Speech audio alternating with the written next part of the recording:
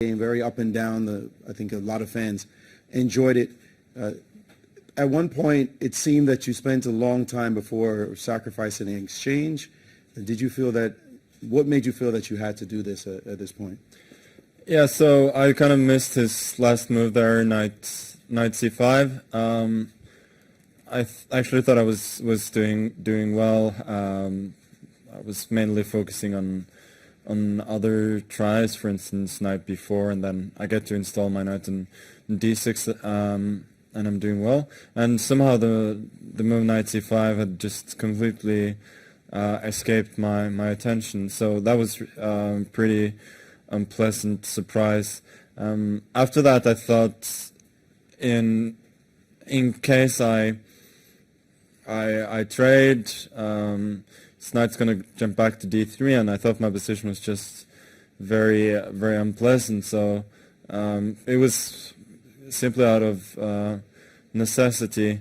But I did take some solace in the fact that you usually need to work pretty hard to win such positions as black, and I thought I had at least reasonable counter chances. But yeah, it wasn't intentional. Jan, when you got this opportunity, you saw you'd be getting an exchange. Were you feeling optimistic about your chances? Well, clearly it was obvious that knight a to c5 was missed by Magnus, so I felt like, wow, it's suddenly getting very nice for black, and probably rook b1 was a little bit too much, so bishop e3 was called for to keep the things under control. And then actually after rook ab8, bishop a8, I thought black is nearly winning, because, well, actually it's like a couple more moves for me just to start converting material like ba4 and c5. I should give huge credit to Magnus, because he just played in a very interesting way. So this bishop e4 was a very nice resource, and actually it started to look really double-edged. So perhaps c3 was a little bit, I don't know, human reaction, yeah, like to make sure I'm not going to be mated. And I guess after c3 it was more or less equal, yeah, since I have to play g6. But I think I also had some idea, I believe, instead of ba4, queen g7, and f4, g5, but okay, it's, that's what I have been told, on my way to the press conference. So in general, I think it was very puzzling game, and I would say that during the game I thought like, okay, we both are playing not so well, but now it's like I start thinking that, okay, it was like just very interesting and very chaotic. Magnus, he seemed to be playing incredibly quickly. He was basically coming to the board and making moves and getting up. Did that unnerve you at all at any point? Well, I just reckoned he was thinking in the restroom instead. So yeah, it was obviously unusual, but I don't think anything particular about it. So, Jan, so far in both games, Magnus has sacrificed the pawn for the initiative. You feel this is a strategy that he plans to employ throughout the match? Well, I guess the initiative in the first game was quite questionable. It was just another sort of pawn sacrifice, but in the second game it was Catalan, so it says it all. So Catalan is always very sharp if you go for these positions. So you just give away the pawn, but you get this superior pawn center, and I actually don't know what to add. Magnus, you felt you were in trouble at some point. Did you feel you had winning chances at any point? Yeah, I didn't feel that I had any great chances per se. I did feel that my position was improving quite a bit, but when I went for this queen g4, my time was ticking down a bit, and I couldn't really see a way to to comfortably improve my position, and that's why I decided to basically force a draw there, which was probably the best position I had in the game. I didn't really see the way, and obviously after what had transpired earlier in the game, having a completely safe position was nice. But obviously if this had been a must-win game, then I might have treated it a bit differently. Jan, you had the black pieces. There was pressure in the beginning. You resolved it. You had some chances. Do you feel comfortable with the way the game went in the end? No, the game was really crazy. So I had no idea what's going on. So it was obvious that in the beginning white is pressing, and the structure f6, e6, c6 with queen on d7 looks, maybe, it works for black, but it looks really ugly. So I still have very mixed feelings about the game. I think we both had some winning chances, but it's just quite nice that at some point I managed to take the initiative. But I believe in the end. So this knight surely compensates the rook, but for an exchange white also has a pawn, so I think this rook takes d6 was more or less called for. And then I thought all right, maybe queen takes f2 and then lose in a brilliant way, but instead I decided to go for drawn rook endgame. Magnus, you played 2 games so far against Jan. What kind of opponent is he proving to be in such a short span, if you can estimate? Yeah, it's very hard to say so far, because the games, they haven't been, they've been, in lack of a better word, they've been a bit atypical for both of us. So I think we'll see. Jan, 2 games in, World Championship, nerves gone, just down to playing now? No, even before these 2 games, it was I think the nerves gone once the first move has been played. So I guess I just enjoy playing chess. All right, journalists, the floor is to you. If you may go to the microphones on the sides, ask your questions. There are 2 microphones. Feel free to choose either one, and please. Direct your question at a specific player, please. Even if for both, you can say which one you want to answer first. Okay, well, it's for both, but let's have Magnus answer first, please. I'm Rune from the Chess24 Global broadcast, and I was wondering about, there's all this secrecy, we were not allowed to know who your seconds are, and it's very, very secret what your thoughts on chess are. And then after the game, it seems that you just hang out and talk about chess for 7 minutes and tell each other what you think about the game. So how does that work? It's interesting to talk chess with somebody who understands the game very well, and I think it's a way of unwinding for both of us. And especially after a game like today with so much content, I think it makes sense. Yeah. Well, actually, I was really positive with the game, but now I'm even more positive with your question, to be honest. Okay, thank you. Yeah, I'm Anders from Danish Chess Magazine. Question to both players. Maybe we start with Jan. How do you manage to relax and sleep after such a game? Do you go for a run? Do you watch TV? What do you do? Well, basically, after such games, once you hit your bed, it's enough. It's enough to fall asleep. Yeah, it's really very tough, and the World Championship match level is always takes it all.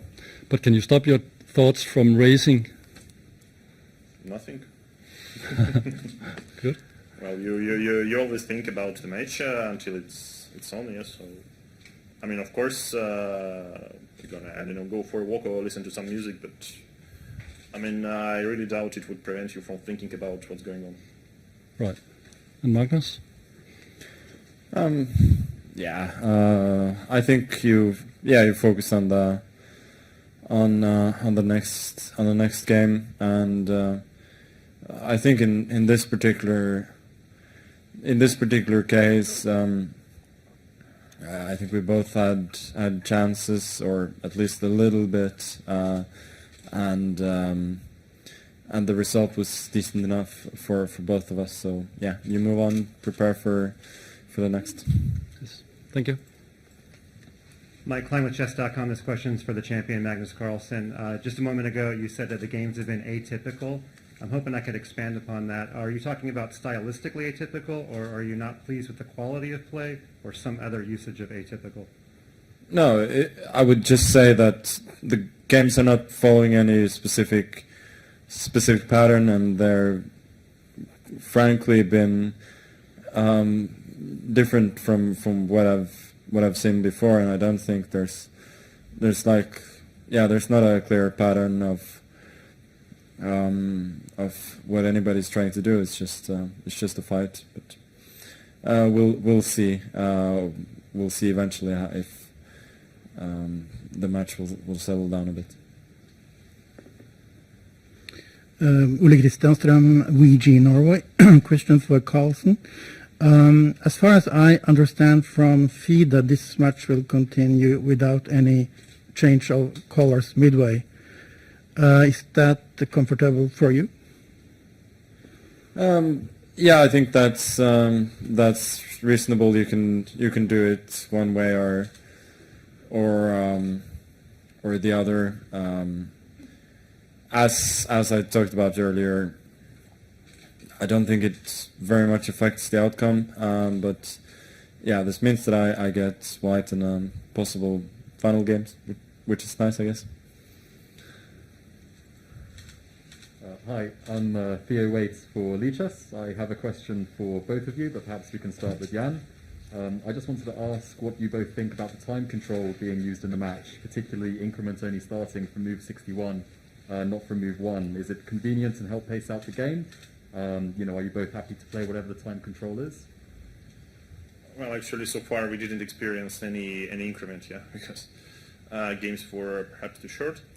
But on a serious note, I find it particularly weird that it was different time control in different parts of the cycle. So, for example, in the candidates, it was like, as far as I remember, 100 minutes and increment was on.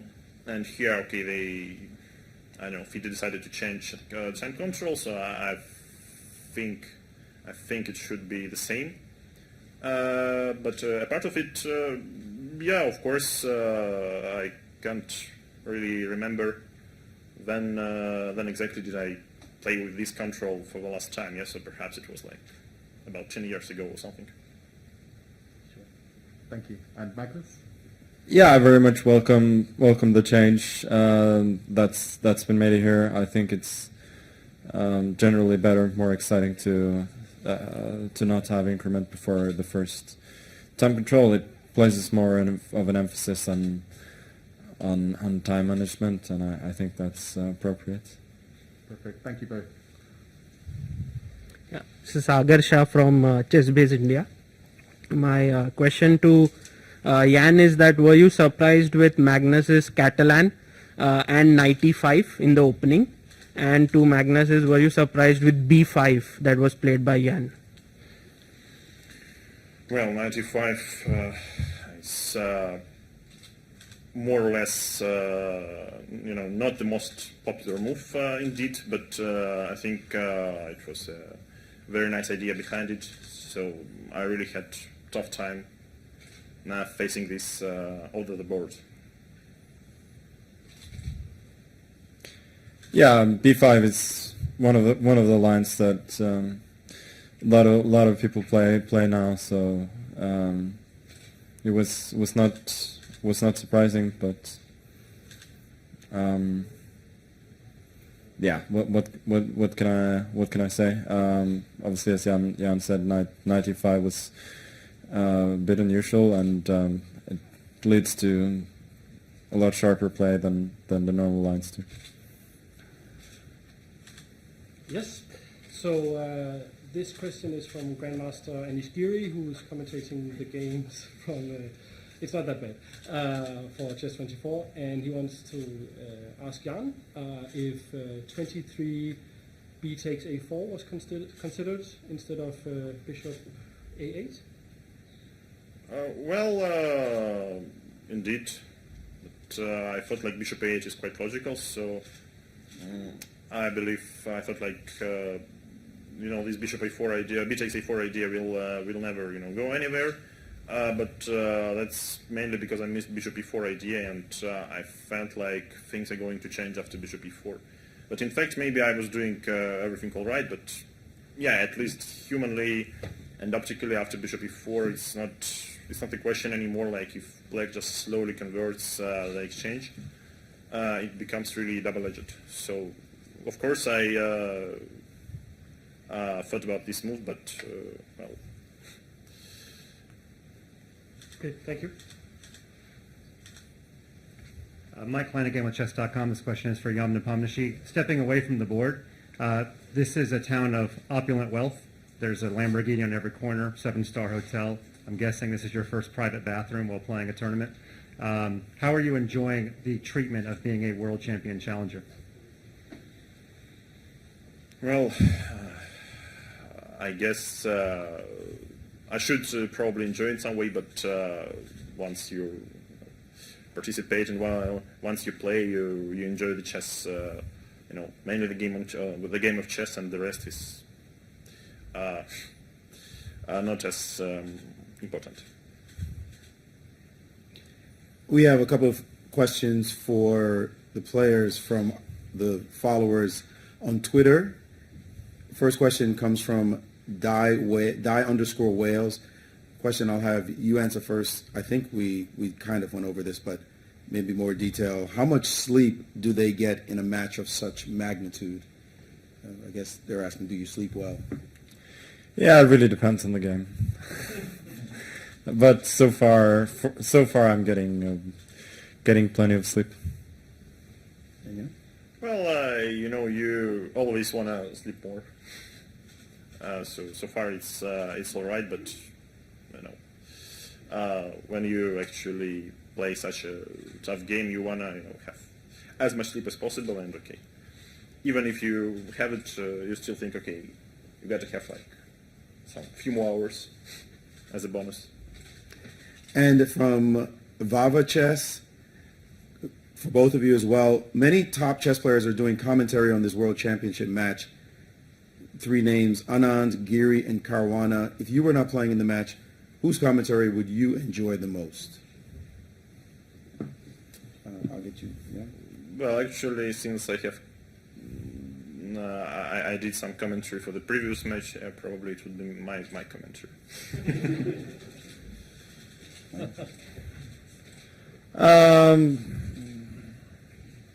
Yeah. I'm really sorry. I just don't even remotely care.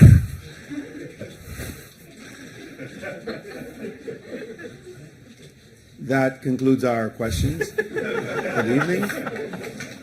Thank you, everyone. The game 3 is tomorrow at the Dubai Exhibition Center. It will start at 16:30. Thank you and have a good night.